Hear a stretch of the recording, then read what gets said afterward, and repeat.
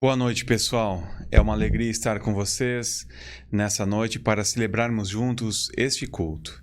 E eu quero saudar vocês com a palavra de 2 Timóteo, capítulo 4, o versículo 18, que diz assim: O Senhor me livrará de todo mal e me levará em segurança para o seu reino celestial. A ele seja dada a glória para todo o sempre. Amém. Vamos ter um momento de oração? Senhor, nós queremos ser gratos a Ti por essa oportunidade que temos de celebrar do Teu amor, através da Tua palavra pregada e também anunciada para todas as pessoas que estão escutando e assistindo esse culto. Sejas Tu conosco, nos dando o Teu discernimento, o discernimento que vem do Teu Santo Espírito, que também nos dá sabedoria. Abençoe assim a nossa vida, nos protegendo de todo o mal. Amém.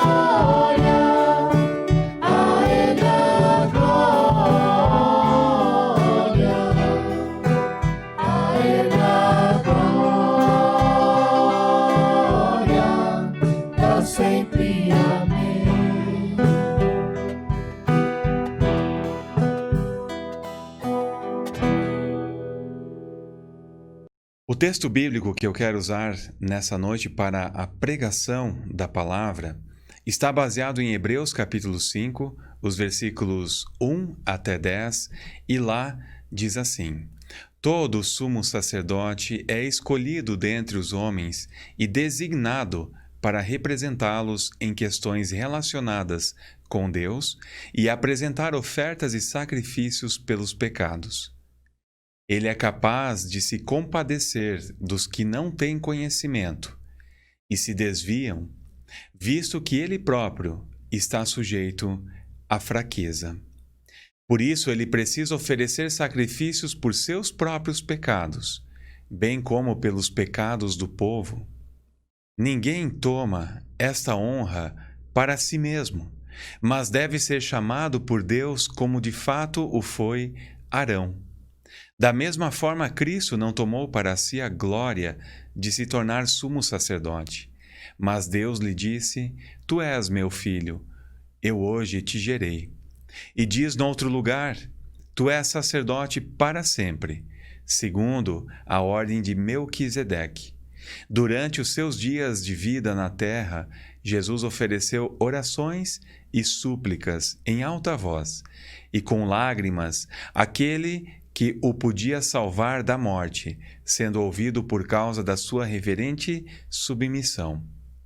Embora sendo filho, ele aprendeu a obedecer por meio daquilo que sofreu, e, uma vez aperfeiçoado, tornou-se a fonte de eterna salvação para todos os que lhe obedecem, sendo designado por Deus sumo sacerdote, segundo a ordem de Melquisedeque. Até aqui a leitura da palavra para essa noite. Muito bem, pessoal. Nós fizemos a leitura bíblica de Hebreus, capítulo 5, e nós queremos partir para a pregação deste culto. Você já pensou em ser algo sem precisar conquistar? É sobre isso que eu quero falar nessa noite. Todas as pessoas têm o desejo de ser algo na vida. A vida humana é marcada pela corrida para nos tornarmos alguém. Nós desejamos conquistar as coisas. E eu andei pesquisando sobre o que as pessoas mais querem e desejam na vida. Em sua maioria, todos nós queremos ser ricos, queremos ser felizes, queremos ter saúde, nós também queremos ser alguém de sucesso profissional e também relevantes em cada contexto. Nós também, não por último, nós queremos ser amados e amadas por outras pessoas. Nós percebemos que são desejos válidos para a humanidade. Mas tudo isso parece que passa pela nossa intenção, passa pelo nosso próprio desejo, e as conquistas estão ligadas às nossas habilidades, formações, competências e, não por último, pelas oportunidades que nós encontramos no caminho. No entanto, para as pessoas cristãs e para as coisas espirituais, é um pouco diferente. Essa lógica muda um pouco. Nós não conquistamos as coisas espirituais. Podemos ir além, tudo é dádiva de Deus. Nós somos conquistados por Ele, independente das nossas habilidades e também independente dos nossos méritos. O texto bíblico que nós acabamos de ler está mostrando como aconteceu o sacerdócio de Jesus e como essa tarefa é partilhada com as demais pessoas que o seguem. Os versículos 5 e 6 afirmam que ninguém pode tornar-se sacerdote pela livre escolha ou por um desejo, uma vontade pessoal. Não é assim que acontece.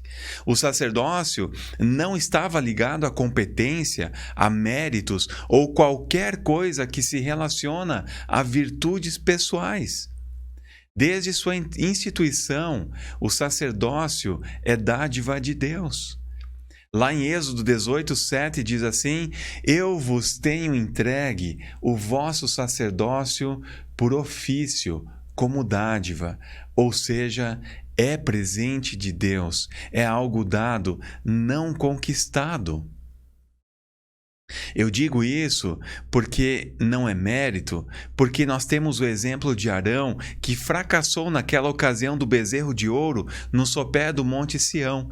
Se você quer entender um pouquinho mais a respeito dessa situação do bezerro de ouro, você pode ler Êxodo 32, os versículos 4 a 21. A gente pode fazer as seguintes perguntas: o que era um sacerdote? Quais eram as suas tarefas, as suas atribuições como sacerdote? Em primeiro lugar, então, o sacerdote era instituído por Deus. A consequência disso é que ele recebia incumbências para serem cumpridas. E no Antigo Testamento, o sacerdote tinha a função de interceder em favor do povo e confessar os seus pecados. Ele também deveria realizar os ofícios no santuário. Os sacerdotes deveriam orar pelo povo. Eles também tinham a incumbência de serem um exemplo na sociedade e de buscar a Deus em sua palavra e ensinar a respeito de Deus ao povo. Somente eles, olha só pessoal, somente os sacerdotes tinham a autorização de Deus para entrar no Santo dos Santos uma vez ao ano. Esses eram os sacerdotes do Antigo Testamento. O nosso texto de Hebreus que nós lemos aponta para um sacerdote que cumpriu todas as reivindicações de Deus. Os versículos 7 a 10 vai falar sobre isso e vai apontar para Jesus. E Jesus sempre foi o sumo sacerdote, escolhido e enviado por Deus. Enquanto viveu em sua humanidade, o seu sacerdócio estava ligado à sua obediência em cumprir a vontade de Deus. Quando Jesus saiu da sua glória e veio ao mundo, ele sabia o que o esperava. Ele tinha clareza quanto à sua tarefa. Nós percebemos isso em toda a sua jornada de vida, de forma especial em sua paixão e morte.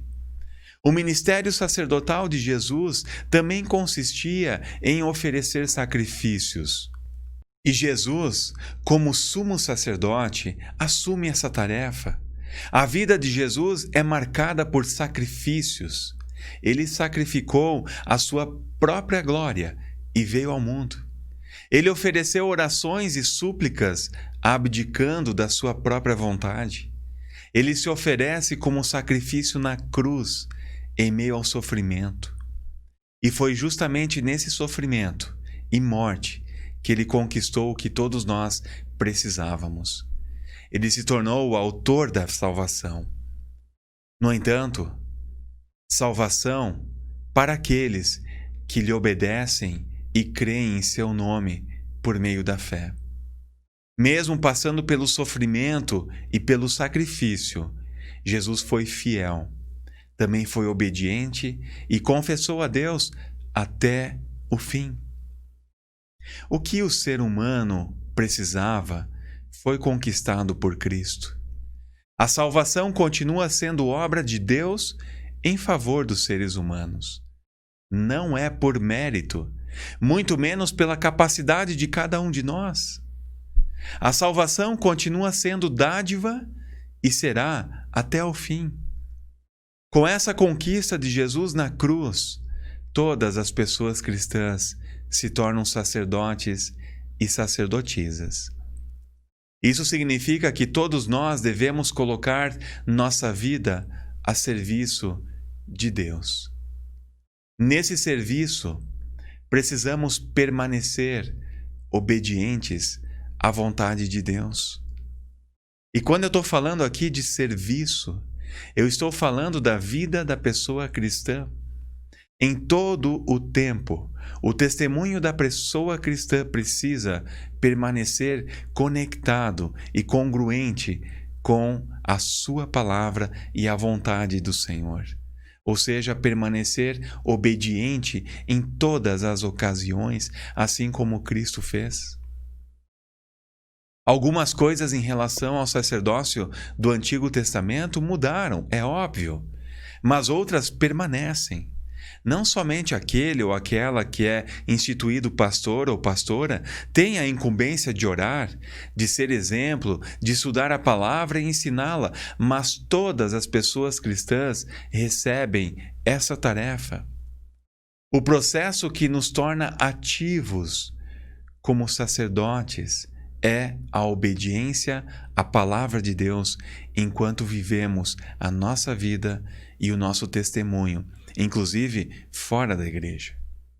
Por isso, o que Ele espera de cada um de nós é que sejamos fiéis. A igreja recebe a incumbência de permanecer firme na confissão de que Cristo é o caminho, a verdade e a vida. Não há outro caminho, não há outra verdade, não há outra vida a não ser a vida que Cristo mostra, a verdade a respeito daquilo que Cristo fala a partir do seu Pai ou a respeito do seu Pai. Não existe outro caminho senão aquele que Cristo ensina para nós para chegar a Deus Pai. A igreja continua tendo a incumbência de confessar de que Cristo morreu para a remissão dos nossos pecados e que Ele é a salvação. Essa é a diferença que podemos fazer no mundo decaído como o nosso, no mundo doente como o nosso, de permanecermos fiéis na fé que testemunhamos, apesar de sofrimentos e das circunstâncias desfavoráveis. Faz parte do aprendizado trilhar o caminho do sofrimento. Quem de nós não está inseguro e talvez alguns sofrendo em relação a essa pandemia que parece que não tem fim? Por isso nós temos que nos agarrar a esse Senhor que faz tantas promessas justamente para dentro do sofrimento. Na liberdade cristã, Lutero afirma o seguinte: se temos Cristo, então nós temos tudo. Ele também diz o seguinte a esse respeito: Deus não possui nada senão o melhor, e isso Ele reparte conosco. Nos alimenta, nos carrega nos braços, Ele também nos cuida, nos concede dádivas, vida e alegria. E tudo isso por meio do seu Filho. E assim nosso coração é transformado para seguir a Cristo. Vocês perceberam que a partir de Deus existe muitos presentes do contexto espiritual que não estão ligados às nossas habilidades, à nossa profissão, às nossas formações, mas está ligado a dádivas do Senhor. E Ele fornece isso a todos nós. Ele também quer te chamar nessa noite para se tornar um sacerdote, uma sacerdotisa, para testemunhar Cristo como teu Senhor.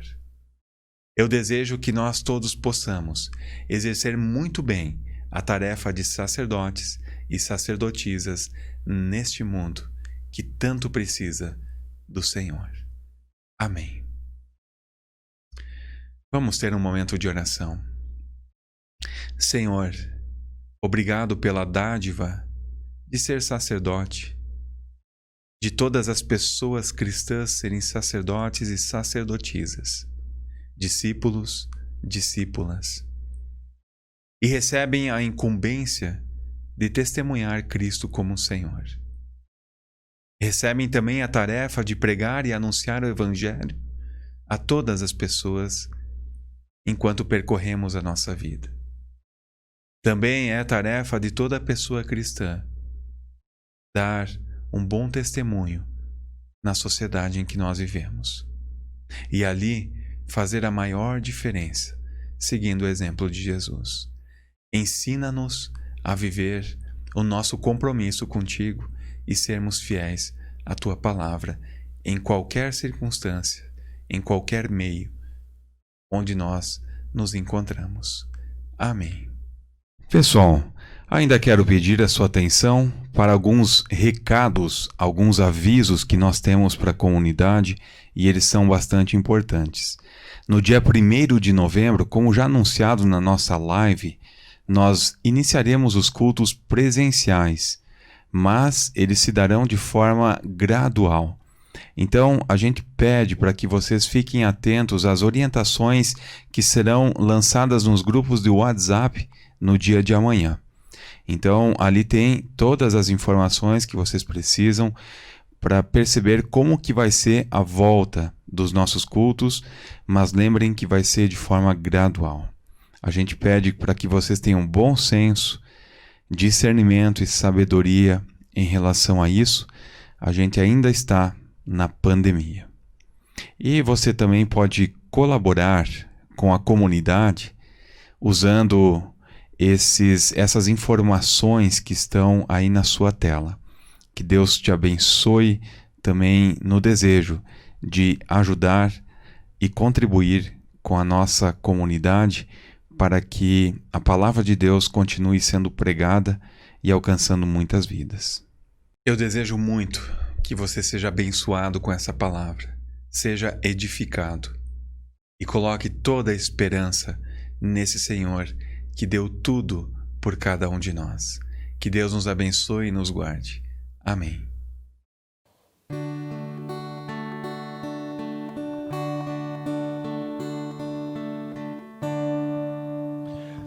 Aqueles que estão à minha frente, cuida bem, Senhor. Aqueles que me seguem no caminho, cuida bem, Senhor. Daqueles que se encontram ao meu lado, cuida bem, Senhor, e caso for também do teu agrado, cuida bem de mim, Senhor. Daquelas que estão à minha frente, cuida bem, Senhor. Aquelas que me seguem no caminho, cuida bem, Senhor. Daquelas que se encontram ao meu lado, cuida bem, Senhor. E caso for também do